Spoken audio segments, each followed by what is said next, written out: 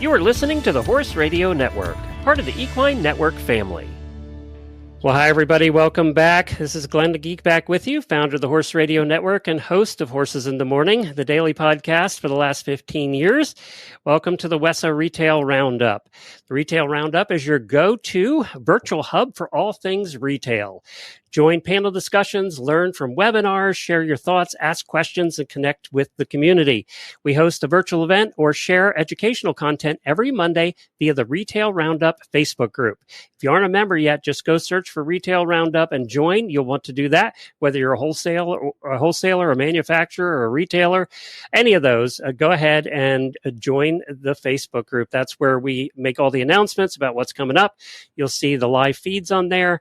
It's just the first place to get information. And today we have Jennifer Anderson, who's the creative force behind Love Leathers, a Wyoming-based brand renowned for its handcrafted leather bags, right behind her there, and that blend rugged Western charm with refined design.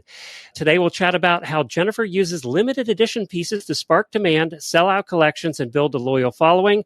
From drop strategies to creating buzz on social media, you'll walk away with fresh ideas on turning scarcity into serious sales. So, Jennifer, when I was in the retail world, I started something called Tack of the Day, which was one item a day. We were one of the first ones to do it. And it was very successful. I mean, we'd sell 400 shirts in a day. But it was on this model, right? You had to buy it today. And if you didn't practically buy it within an hour of when it came out, you weren't getting it. So it was the feeling left out was when we do our surveys, that was one of the reasons people were buying is they don't want to miss out, right? So, right. And it's an impulse buy at that point. It's, I'm going to buy this because it is limited edition. So we'll get into all of that, but tell us a little bit about Love Leathers. When did it start? Yeah, I started Love Leathers in 2012, actually, but I went full time with it in 2019. So I had ended a long career in another industry, and I fell in love with leatherwork in the long winters in Wyoming. I needed something to do. I'm a tactile person, so I picked up. So this was really a hobby. Yeah, it was. But I started selling pretty quickly. I grew up sewing. My mom is a seamstress, so I picked up sewing pretty easily. And yeah, I used to hand sew everything. And bought my first leather sewing machine in 20. When your fingers got bloody is when you bought the first. Yeah. And I have I have a deep appreciation for people who hand sew leather still to this day. Not for me. Like I'm not a spring chicken. My hands have, they've worked a lot. So and sewing was kind of second nature to me. So I picked it up pretty quickly and bought my first sewing machine in 2018. And then, went full time, decided to just go all the way and went full time in 2019. And I have been doing it full time ever since. So, but really, it's only been 6 years, right? So this is fairly new. You're kind of an adolescent.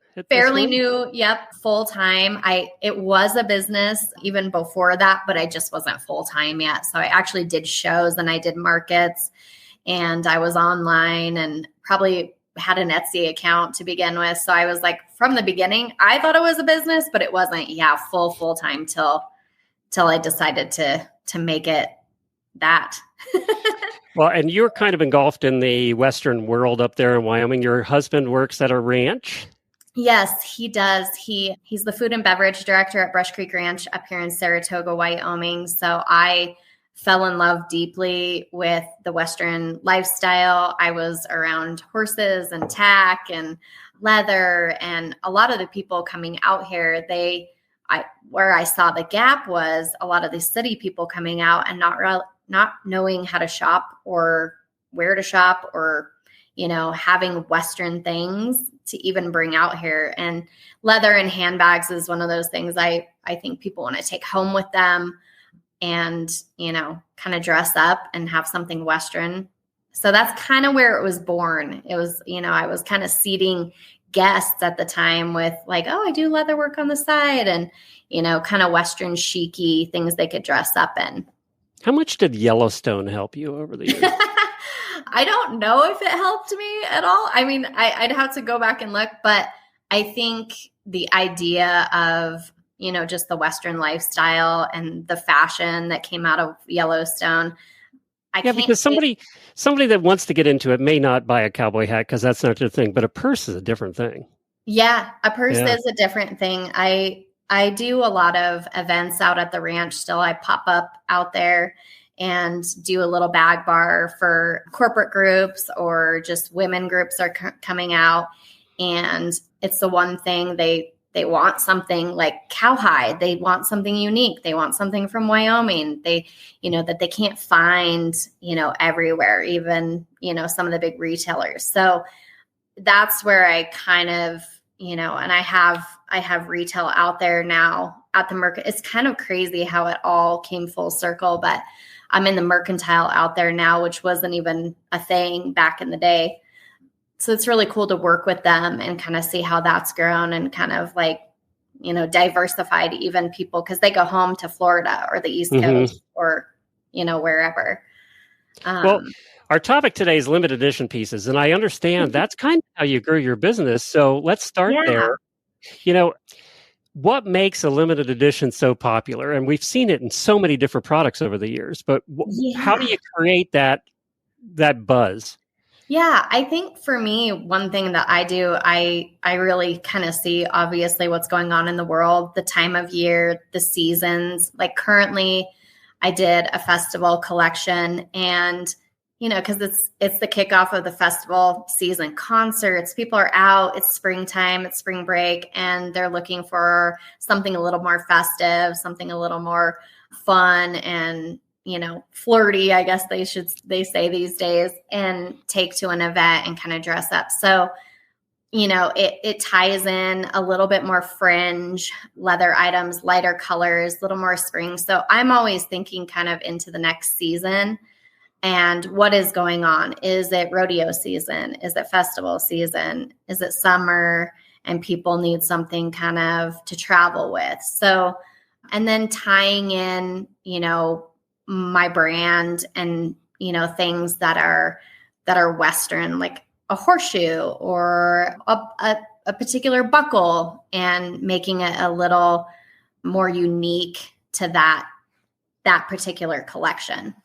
Has it been being that it was a limited edition, has that affected people buying it, do you think? Do you think they bought it quicker than they would have if it wasn't? Yes. I think people kind of know. They haven't, they sniff out when I'm going to launch. And, I do, reminders on Instagram and countdowns on my website. One of the things I added to my website just this year was a countdown. So anytime anybody lands on my website, it has a countdown to the next collection or the next drop or the next restock. So and it's at the top of the page so that they can kind of see what's happening. But I've got some people trained. I have my people who are, here for those special one time. They know they have to be fast and furious. And a lot of people ask me, there's some people who will ask me to pre-sell it. And I just, I try to be fair. So I don't do any pre-sales on drops. Unless it's unless it's an item that I can make again or something, But so do you advertise how many you have, or do you? I don't. Okay. I don't really. Because I know some do that. They'll put the countdown on the shopping cart. Yeah, I don't give a lot. I don't actually give. I tickle information, so they don't always know what all the colors are going to be. They don't always know what every style is going to be. And I think that just keeps people kind of landing on my website, kind of seeing what's going on, engaged. They're like, is she going to show them all? Is she going to reveal every style? With this past collection, I just did 2 bags. So 2 new style bags that I've never done before. And that's another thing that I like to do with collections. Change up the style, change up the shape of the bag, add something different. So I don't always give all that information because I feel like people decide, I don't want that or I do. So I kind of tickle information, tickle colors, and then do little sneak peeks. But it's a good marketing strategy though, because the the piecemeal information going out there also is just hitting them over and over and over again about it coming up with new Yeah. information. Yeah. Yeah. I mean, new colors. I think I have not done fringe in a really long time, just on I'm seeing bags. the one bag behind you there on the. Yeah. Like fringe, this little guy, like this is the first time. So this is actually a bag that is one of my signature collections, but I changed it up. I did a shorter strap. We added like a buckle to it. We added a turquoise and sterling concho. It's in like a really nice Italian suede. So I'll give hints, people kind of, but I like for people to be surprised, because I think that drives a little bit of the, like, I got to get that. Like, she doesn't always have that. So, and I do communicate. I really try to communicate that with my audience too, And is that hey through guys, social media, email, or just the website, everything? social media, on my stories. My stories are my most loyal customers and most up-to-date information, because I feel like social media is tricky these days. It's like Vegas. Because there's just so much coming at you. Yeah. Yeah, and people don't always see posts. They don't always see reels, but I think the people that are most invested are going to go to my stories. I do have a newsletter that goes out when I drop a new collection. And, I just talk to my people too. Like, if they want they can send me an instant message and talk to me. Most of my loyal people, they will message me and say, I know what bag I want and I'm going to try to get it. So are you all B2C, or do you have B2B? Do you have stores selling as well? I do. Yeah, I do some wholesaling I try to only take on like 3 to 4 accounts a year, just because I'm a one woman show. But so a lot of my bags I make myself, but I do have ones that I've designed and go into production. So I've started to do custom hardware, which was a big leap this year. So my horseshoe on a lot of my bags has my logo on it that I get custom made, all made in the USA. So my signature collection is manufactured in the USA, all designed and picked. All the hides, all the colors is picked by me. So that's been a big leap. Just keeping my, oh, go ahead. Sorry. Well, I was just going to say, do you think that having, like you said, you had 2 offerings in the latest, was it the festival collection you mentioned? Yeah. Do you think having less is better for this marketing strategy of the limited offer? Because I would think too many products would dilute what you're doing, right? I think part of the reason Tack of the Day worked for me is it was one product a day, right? And it didn't get diluted.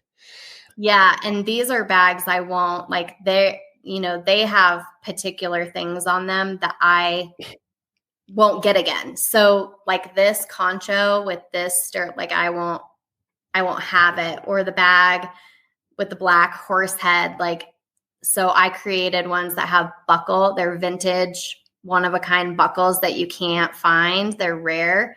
So those are really what I try to, put into my collections. Is these are curated. They're one of a kind. You're not going to just, they're not going to be produced again. And I even do that with my production. I choose hides. I choose leathers that they're not going to I'm not going to do them over and over and over again. It's just not my brand. But I've started to to answer your previous question. I work with a couple different retailers. I just got into Mavericks in Fort Worth, Texas. So I've been working with them. They've been a really great relationship. I work with Brush Creek Ranch. There's a couple ladies down in Houston that I work with, one lady in Roundup. So just kind of spread out. I get asked about retail or wholesale a lot. It's just I'm a little particular about where it goes, just because I do have limited amounts. I don't have like this massive stock. I don't think I ever want to have that. It does create its own nightmares. It does. And, even with Mavericks down in Fort Worth, like I can curate a collection just for them, and say these products are just for your store. And the same thing with the ranch. And then we're not diluting each other either. People can find different stuff on my website versus in the store. So let's go to retailers or manufacturers. Yeah, Okay. yeah. And I think one of the things with the limited edition, to try and stay on that topic here, the limited Yeah. edition, what I've seen a mistake done in the past is that they'll sell out of their limited edition. They go, well, that sold so well, we should make more. And they make more. Yeah. And now Yeah. all of a sudden the customers figure out pretty quickly, I don't have to buy it now. They're just going to make more later. Once you make that mistake, you can't go back from that.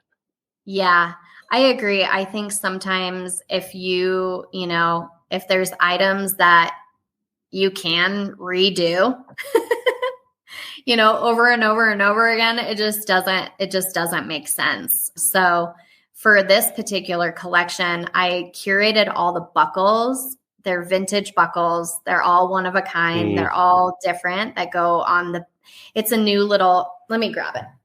Okay. Whoa. Sorry. So this is for the people just listening. This is a fringe bag with those are the horse is the buckle. That's cool.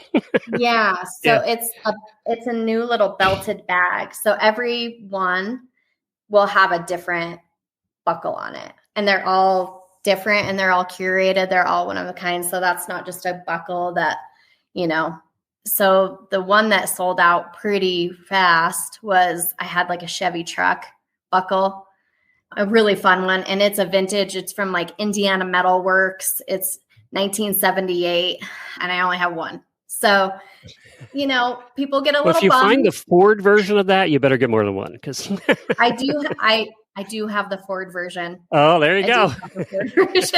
There's a Jeep version and a Ford version, but you can't find so those are, they just make them special. And I think I have those particular people that are they're drawn to those bags, but they do still purchase a lot of my signature collection in the meantime as well, because it might be a different cowhide that's on a Pioneer bag or a tote bag. So how far in advance do you think you have to plan this, and especially the marketing up to a special edition? So I always plan my seasons. So at least 90 days, even, maybe 6 months in advance. I'm thinking about, right now I'm kind of thinking about fall. Obviously, there's a lot of fall that's already launched, in markets, and they're going to be launching. So, but for special collections, it's kind of interesting to see just what the year is going to bring and the mood of the world, or, what's going on, because that'll kind of drive, if particular leathers are being seen more. And that's a big part of it too. It's like, is it suede going to be in the fall? Is it going to be more like embossed leathers or crocodile? So I think that stuff, it often comes a little too fast. And I like to kind of see, what leathers people are wearing. How far in advance will you start? So the collection's coming out December 1st. How far in advance? 30 days do you start? Or is there... Oh, gosh. Yeah, probably about a little prior to 30 days. I start kind of tickling what the collection is going to be. Not too long, because I think people will get bored if I'm constantly... they get bored and then they forget. Yeah, they forget and they tune out, and then I launch it and they're like, did you launch this? Is it sold out? Yeah. And so it takes a mix of, just regular content and then kind of tickling this is the date, mark your calendar. Yeah. So about 30 days. Do you do anything on the website to help them mark their calendar? Do you have anything that they can click on that puts it on their calendar? Or? I don't online, but on Instagram. You can. So on all the posts, you can do a remind me. Yeah. On your stories, a remind me. So you set the countdown and it says remind me. And what's really cool about that is you can see who is hitting that, how many people are hitting it, if there's a lot of interest, who's sharing it. So those are metrics you can kind of see, okay, how much is the interest, and gauge, are people going to tune in even for the drop? So how do you gauge how many to make? I assume that's at the beginning, it's kind of your gut, right? probably Yeah, still your it gut. is. Yeah. Like, I could never do 400 shirts or, like anything like that. I always know I kind of know my capacity. I'm always in the realm of like this drop was pretty small compared to most of my drops just because I was a little under the weather the week before, so I didn't get as much done. That's always tricky too if you're going to do a drop, but I was like, I am not rescheduling this drop. But 15 bags, 10, 15, I think I've only done 20, a certain time. I like to see what is going to hit too. Like if a style is really popular or if it's not, if it doesn't go anywhere. So what percentage of this, I'm sure you don't have an accurate number here, but you probably have a guesstimate. What percentage are recurring customers that go for limited editions as opposed to new customers? Oh gosh, I would say this time around I would say 80-20. So 20% were returning, 80 were new. Oh, So really? I would have thought it would have been flipped. Yeah, me too. But I think there's some people that miss out that are getting a little bit more on top of like, I don't want to miss this. That's what I saw from this drop. I had my regulars but they have stuff too. So they're kind of waiting to see what I drop. And yeah, the new people are trying. I had a couple of people that are like, I finally got a bag. Well, there you go. That's what you want. You want that excitement, right? Because so I assume this is a heck of a good way too to build the list, to build the email list, to build the customer base that are going to be the ones coming back. Everybody wants the list. It's all about data these days.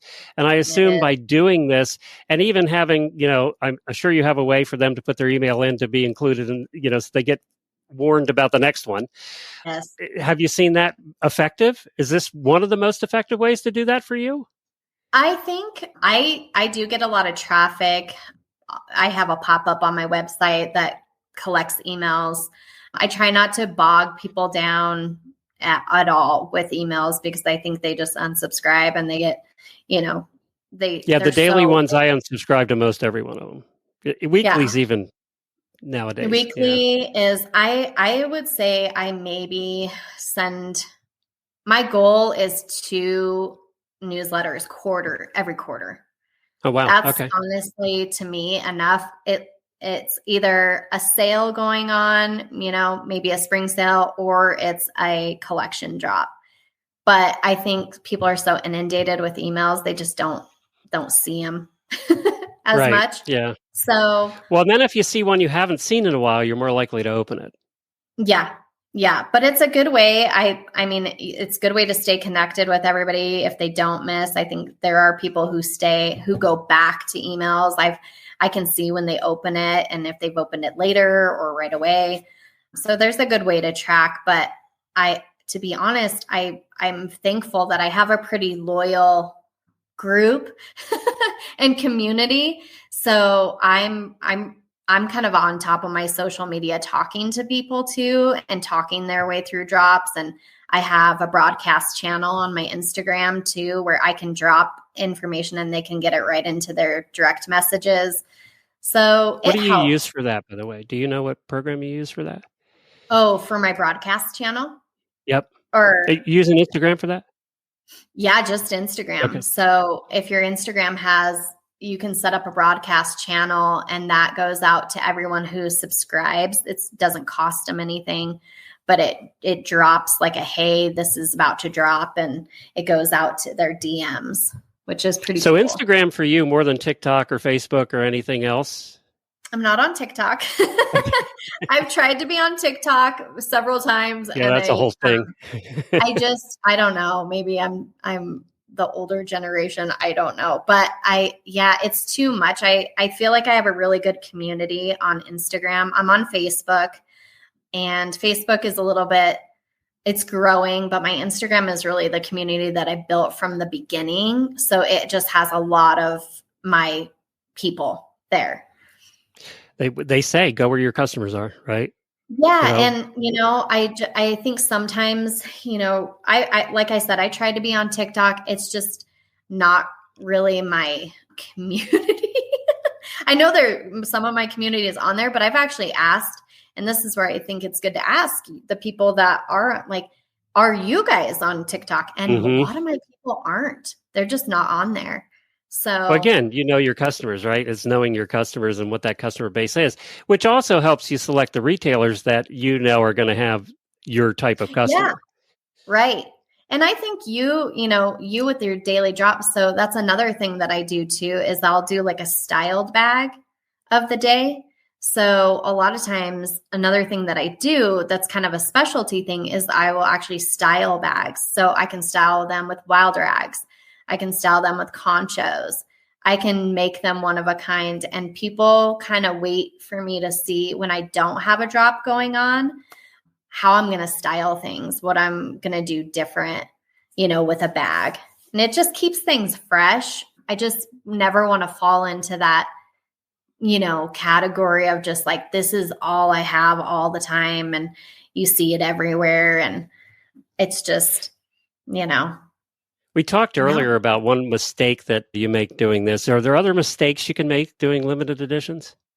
Well, I think there's plenty of mistakes you can make. And like you said, I think scarcity can be a good thing and it can be a bad thing too, right? Because people get like angry if they miss something all the time. So I do try my best, with those people to, work with them. Like I do made to orders as well. So there's some bags that I don't just have in stock all the time. But if you want a made to order, I can, make it and they can order it.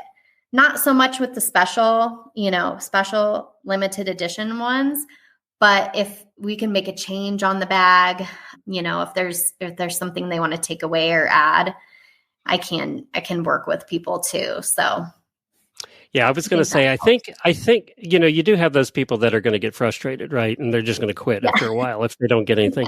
But I think part of the way you can overcome that is making sure that everybody knows the rules. Like ours was noontime every day, that's coming out. And sometimes you had to be there in minutes or that product was sold out. So they knew the rules. And it went to email people first before it went to social media. So you had to we got them signing up for the email because they wanted to be first. And they would look for those emails at 12. Now, the thing about that is once they learn that, you better damn well get it out at noontime or they're mad because they didn't get it till 15 minutes late. They know and they're waiting. Yeah. Well, and it's a good point because, you constantly have new customers too. And so how do you train new customers to know the rules? And I've grown in the past few months and I'm like, oh, I really need to train. That's how I think where you can mess up a little bit is you cannot train people or communicate. And they're just like, what is this? Where am I? And how does this work? And how do I buy things? And so I really try to reach out to those people, even in a DM, and say like, this is kind of how it works. On my website too, it can notify people when something's back in stock. And that's a good way to track customers and start a conversation with them. If something's not available to be back in stock, so like, hey, Cindy, this bag is actually one of a kind, but here's an offer for you. But I'm looking at your festival collection page right now, and I'm seeing 1, 2, 3, 4. Over half of them are sold out. I mean, they're, and I'm sure that's based on color too, but over half of them are sold out. So I think that you educate them too, but every way. So anything we sent out, whether it was a confirmation email, whether it was a confirmation of signing up for the email list on the website, any communication we had with them had the rules. It's going out at noon. Do an email first. We had the rules on every piece of correspondence we set out, from every personal email to everything. And I think that's how you educate them, right? Is you're consistent with the messaging. I agree. And you don't want to get into, because a new customer doesn't know if you're doing customs. They don't know if you're just, if you can make it again. And I've noticed with new customers, I really have to hone in and communicate with them. Like, this is how, like, especially with even cowhide bags, I'm like, they're all different. They're all unique because it's a cow. They have different colors, and that's the one thing about my tricolors, I'm like, once they're gone, that's gone. So it kind of there's one drives. there's one change Go I would ahead. make on your website. When I see at the top it says new festival collection is live, that's a scroller going across the top. I would Yeah. add to that, new festival collection is live while supplies last. So if a new person seeing that's going, okay, it's a limited edition or whatever you want to put there. But as a new person, then I see that and I don't just think it's another collection that's going to be around forever. Yeah, Just a that's thought. true. No, I Always love that. create Thank the you. urgency with those, right? You're always creating urgency with Limited. special collections. Yep. Yeah, because like you said, you're going to have the people that know that, and you're going to have the people that don't know. And like right when that little Chevy truck bag sold out, I had I was infiltrated with, when's this, are you going to restock this? Are you going to restock? I get a lot of are you going to restock? And I'm like, let me talk to you about restocks. So, because I don't just restock the same things over. I always, even if it's the same bag, it's going to be a different color. It's going to be a different style. So, and retailers can do this with their own on their own too. At Christmas time we did special gift baskets that were different every year, where we'd put them together for people, and they went to sale on a certain date, and everybody knew it was like November 15th. And then once they were sold out, they were sold out. So they would sell out very quickly because it was our kind of unique flair. And then we'd put something that was, that was our own for the retail, that we had made up in the gift basket as part of it. So I think retailers can do this kind of on their own, but in a creative way like that. And then once they're sold out, they're sold out. Yeah.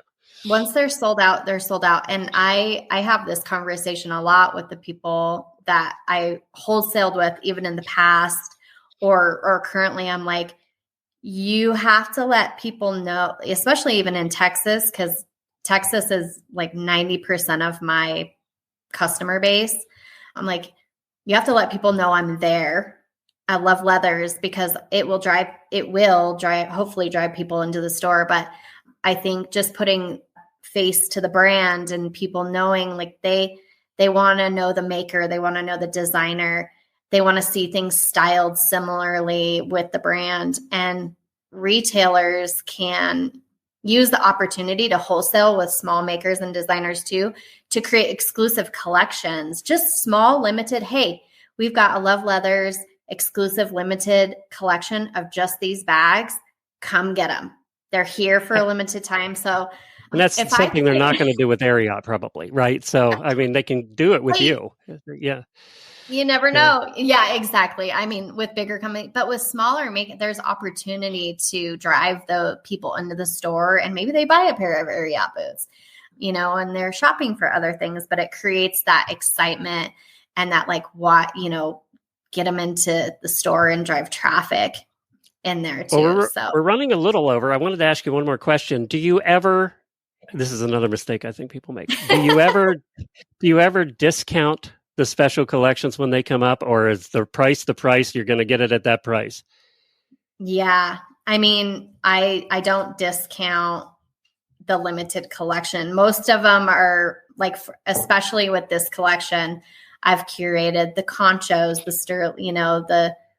on them. I've curated the buckles. So your costs are a little higher to make them. My costs are a little higher. And anytime there's a new design as well, and I've added some things to the straps, the buckles on the straps. Anytime I've added something that is even a new design on a bag, it's more work because I've got to I had to prototype it.